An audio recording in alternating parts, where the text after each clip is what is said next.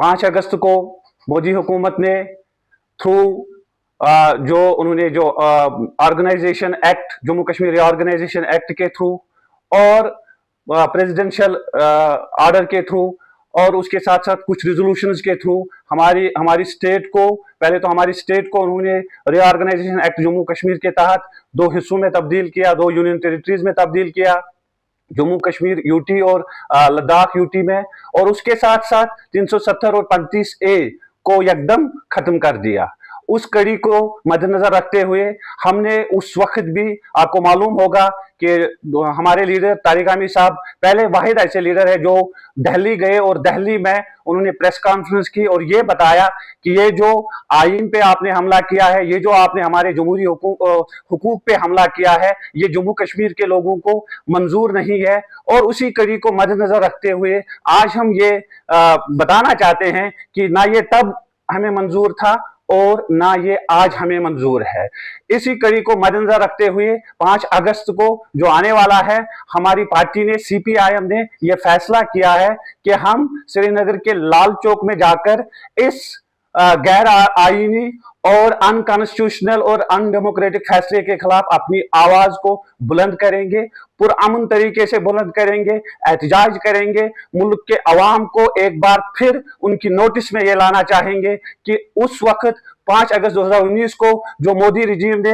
मनमानी तरीके से जो फैसला किया, हमारे हुकूक को सलब किया, 370 और 35 को खत्म किया और हमारी स्टेट को, जो एक तवारीखी स्टेट है, उसको डिवाइड किया 2 यूनियन टेरिटरीज में, वो हमें मंजूर नहीं है। तब भी मंजूर नहीं था और आज भी मंजूर नहीं है। इसी कड़ी को ध्यान में रखते हुए 5 अगस्त को सीपीआईएम ने यह फैसला किया है कि अपने तमाम वर्कर्स को मोबिलाइज करेंगे और श्रीनगर के लाल चौक में एहतजाज करेंगे, पुरअमन तरीके से एहतजाज करेंगे। हमारा कोई मकसद नहीं है कशीदगी पैदा करना, बल्कि जमहूरी तरीके से अपनी बात को रखना है और उसी जमहूरी हक को हम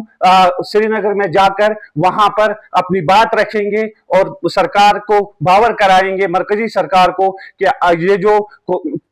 कानूनी पोजीशन हमारी थी, स्पेशल स्टेटस था, ये स्पेशल प्रोविजन जो थे, ये सिर्फ जम्मू कश्मीर को ही नहीं, आपको पता होना चाहिए कि किस तरह से स्पेशल प्रोविजन है दूसरे स्टेट्स में, 371A और 371 के तरीके हिमाचल प्रदेश में, महाराष्ट्र में, गुजरात में, बहुत सारे स्टेट्स है। और ये एक हमें लगता है कि एक रास्ता बनाया गया मुल्क के दूसरे जगहों पे जो स्पेशल प्रोविजन है उनको भी खत्म करने का एक रास्ता है। और वहां पर मुझे लगता है कि आने वाले वक्त में ये शायद जिस तरह जम्मू कश्मीर में इन्होंने मनमाने तरीके से हमारे 370 और 35 को खत्म किया है, वो दिन दूर नहीं होगा जब उन स्टेट्स में भी ये स्पेशल प्रोविजन खत्म होंगे। इसके साथ साथ इन्होंने जो हमारी जो हिस्टोरिकल स्टेट है इसको डाउनग्रेड किया, 2 यूटीज में डाउनग्रेड किया। मैं आपको बता दूं कि होता तो यह है कि यूनियन टेरिटरीज को स्टेट का ओहदा देते हैं, लेकिन यहां पर स्टेट्स को डाउनग्रेड किया है यूनियन टेरिटरीज में, वो भी यहां के जो स्टेक होल्डर्स है, यहां के जो लोग हैं, उनके साथ कोई मशवरा नहीं किया है। हिस्ट्री हमें बताती है कि जब जब स्टेट्स को डिवाइड किया गया है, जब जब मैं आपको बता दूं, उत्तर प्रदेश की बात आपको बता दूं या दूसरे मध्य प्रदेश में जब उनको डिवाइड किया तो सालों साल लगे, लोगों तक वो बातें पहुंची, ग्रास रूट लेवल तक बातें गई और वहां से मशावरत होके चली गई और ऊपर फिर उन स्टेट्स को अलग